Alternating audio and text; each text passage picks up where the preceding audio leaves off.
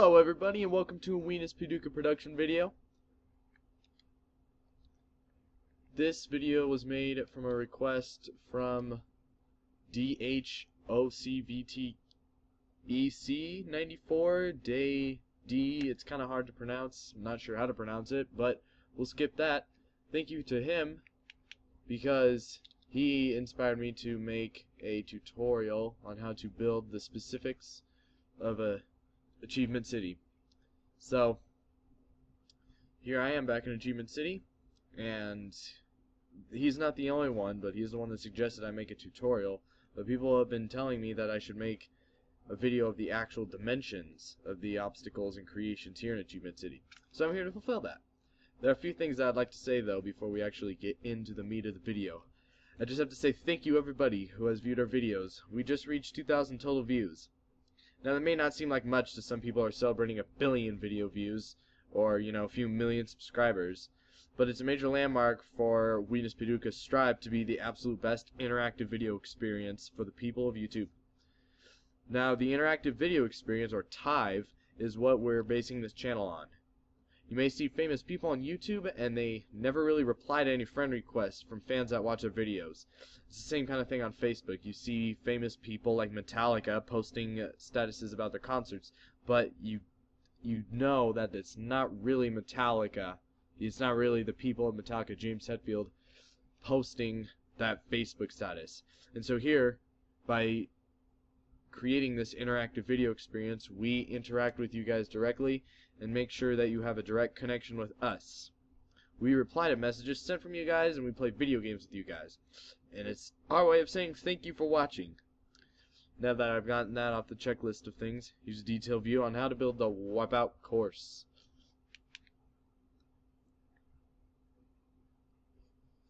So, you know, some of the dimensions here don't have to be absolutely perfect to get the full front. Maybe some of these obstacles, like this first one, but the transitions between the obstacles obviously don't really matter. But what I would first concentrate on is making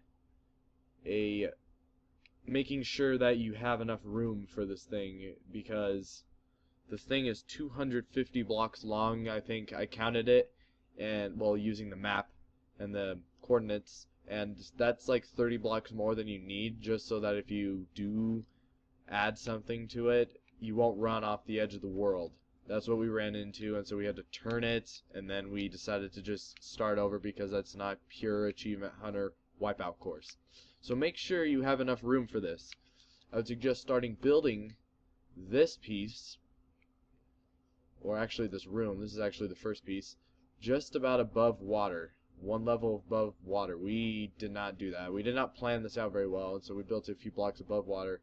So once you get to this tunnel right here, you actually are underwater. You're not in like a tunnel made of water. You can see how this is higher than the actual ocean is. So make sure you have that. Planning is probably one of the most important pieces because it's a kick in the nuts with ironclads if you mess up. So this first room, the entrance, it's 10 by 10 room. It's 4 high on the inside. So 4 high blocks. It's only 3 high though because you got to count the roof. And then there's a 2 by 2 blue wool square in the center, and then there's diagonal lines going out into the ground. So that's the entrance, and then you have a pressure plate on each, well, not on each door, on each side of the door obviously, so that you can race out of here. And technically there's not supposed to be one on that outside one, so that people can race out of there and start the map. So now you have white wool. It is 7 blocks and it's 2 wide, and it leads to this. This piece right here is 17 blocks high, so you need 17 ladders, and it's 6 blocks wide. So you've got the cobblestone this cobblestone piece is 4 wide, which you can see it's hollow on the inside, or I guess you can't. Oh no, we filled it with obsidian, or no we didn't. Okay, yeah, you can see how it's hollow on the inside, so Doesn't have to be thick at all. And so you got this, and then you got the blue wool on the outside, and then this goes across. It's 23 blocks long, and 23 blocks to this. So then that's when you'd make this kind of design right here. There should be 16 steps. Just starting with this one, 1, 2, 3, 4, like that. Should be 16 steps. And then you put torches on each side of this, and then you put 2 water buckets, and they should flow straight down into a 2x4 pool of water. This also should be actually in the ocean, so again, make sure you plan correctly. Then you've got ice, and that's 5 long. And now make sure you put torches right here, because the point of this ice is so that the person gets trapped underneath. But the only way you can have ice is if it's a cold region. And plus, we built this before creative mode was there, so you couldn't really place ice. And they also built it before creative mode was there, so they couldn't place ice either. So they had to make it frozen, and so that the ice would melt, so it wouldn't stop right there. They had to put torches there to melt the ice. So if you want to keep it pure, you put those there. So now, whoops the daisies. Falling off, trying to look at 2 things at once. Okay, now this piece is 4 wide on the floor. Make a piece that's 4 wide, and then it goes 48 blocks down, all the way down there. 19 of these are right here until you get to this, and then that's the roof, and I'll go into that in a second. And so then that's when you make the slits in here. There should be 4 slits of just the pure lava, and then you got the 5, and so you know how to make that. And then there should be 3 blocks after that. And so now, another reason why you should plan correctly, you want to make sure this part is underwater, because if you have to manually put the water in, it'll be laggy on the person having to swim up. It'll be slower than it should be. And so, to the first window is 13 blocks from this block right here. So here, let me turn up the gamma so you guys can see underneath this thing. Okay, so there's 13 blocks to this window, and you want to make sure you build it correctly. You need to have 2 layers of cobblestone so that you can fit this top layer with glass, and then you have another layer below it so that the person thinks they'll just fly up there. There's 6 blocks to the next window, and then 6 blocks to the edge, where then you create the other roof edge. And then there's 3 blocks right here, and then that's pretty much this, the whole front of this. And then here you got the second tower. I can't remember what he calls these. The Tower of Despair or something. I can't remember. It's 14 high, 14 blocks high. And then you have this kind of wool pattern. It's 5 blocks long, and then you have a 2-block wide jump here. And then you've got this same kind of wool pattern at the edge. And then 4 blocks over, you have this little platform to make it to this wall of lava. This whole thing is 16 long. This little box here is 5 high and 6 wide. You can see 5 high and then 6 this way.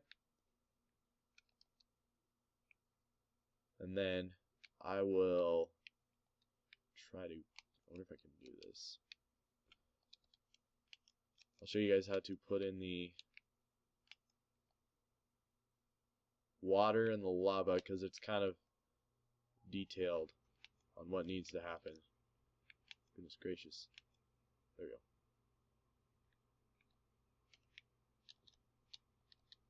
we go. Okay. Then we got the lava.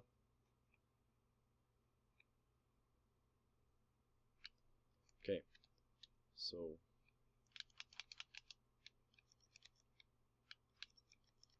you want to create this. You want to create a 4x4 block or layer underneath it so that it catches the lava and it doesn't make cobblestone, because the water and the lava will mix. Whoops. The water and the lava will mix and create cobblestone, and then the water will pour out and the lava will pour out. So you don't want that. You just want the lava right here. You can see this kind of design.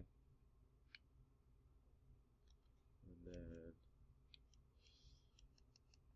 I will put the lava in to show you. It falls down in there. You want to put blocks right there.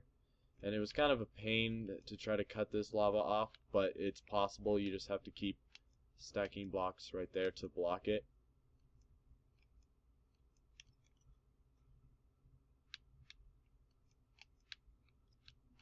And then once you have that, then you put in the water.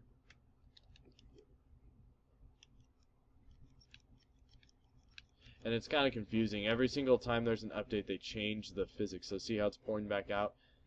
It is only one block in the actual Achievement Hunter video. So you may want to figure out how to fix this, because honestly it is really hard. Maybe you can just do this. I haven't experimented enough with this to make it work. But those are the dimensions of it. And then you come over here, and now this is the Forest of Mystery. There are just 4 blocks of wood here, and there's no specific like way to build this. I mean, you got the 3 blocks here, and I haven't actually counted how long this is, but you know that if you just fill a bunch of leaves, the leaves will disappear if they're not there. So if you just make like a huge row of leaves, even through here, and through all this, and the leaves that won't be there will disappear because they have to be a certain number of blocks away from the wood. And then again, you know, you want the sign over here that says go through, not over, if you wanted to keep it exact. And then you got the windows of, oh god, I can't remember what the names of these are. The windows of False Hope was that tunnel over there. But here's Pumpkin Vision. Pumpkin Vision, you put that on your head and you jump through here. What I would suggest doing is putting any kind of block like this through there. Just a solid platform, and that will, then you can punch out the spots that need it. Here's what it actually looks like if you need to take a screen capture of this. And so then you can just mine away the cobblestone at the end. That's the only way you can do this. And then we have the crusher. Now the crusher, I'm not sure how they get theirs to work. Like, I know how we get ours to work, but sometimes it freezes like this. So what we occasionally have to do is delete a few redstone torches and then just put them back. It's really hard to make it start working. But you can see here we got that, and it stops. It's kind of glitchy. I haven't exactly figured out how to make them work completely. Like, okay, see, that one's working now. It's kind of, honestly, it's random. Sometimes they'll work constantly like this, I guess. And so remember, you have to have, obviously you have to plant ladders that go up to these things. It doesn't matter where, just make sure that at every little obstacle, so that when they die they can go right back up. You have this cobblestone path through the whole thing. See, and then they'll stop. If you get it correct though, they should constantly work. It's really hard not to make them work. Or I think I can see a flaw, actually. Again, we had to rebuild this, so we're still working out the bugs. There we go. Now we may try, or probably why. Okay. Now they're both working. I'll see if I can make myself through this. Oh, oh, oh. Haven't fallen off yet. Yes. Okay, that's a crusher. Here's a redstone diagram kind of, or video kind of what it actually is. You kind of have to make towers. Well, first you got the pistons here. And they should be offset, obviously. They should be setting on cobblestone if you want to make it exactly like theirs. And then redstone power flows through blocks. So if you just put a block behind it and connect redstone to it, that'll send power to it. And then you got the redstone torches. It's just an alternating current. You can look on Google how to make one of these. It's kind of simple if you have experience with redstone, but this is what it looks like.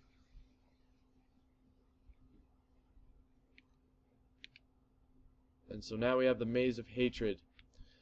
Now again, we're still working out the bugs, but I'm pretty sure this is their maze. This is what their maze looks like. Remember, you always gotta include that water right there. And then you got the dispensers with the buttons. And then you should only have 2 slices of cake, but we still haven't done that yet. This whole thing, I still haven't counted it.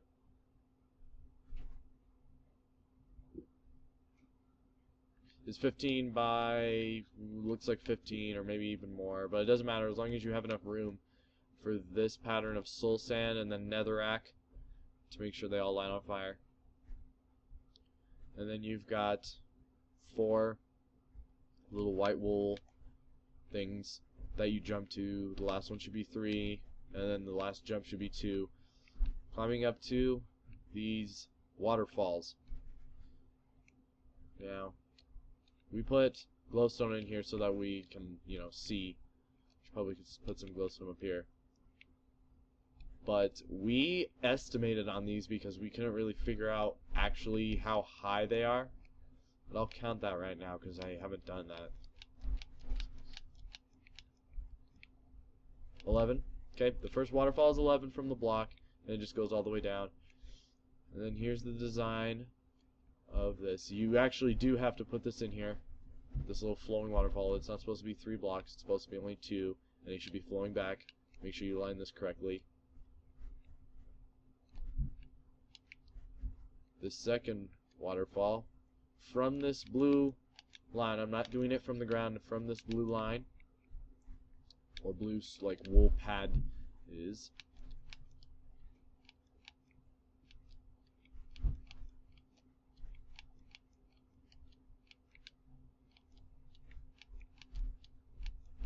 $17.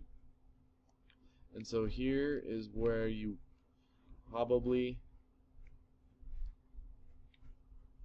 want to, it's okay.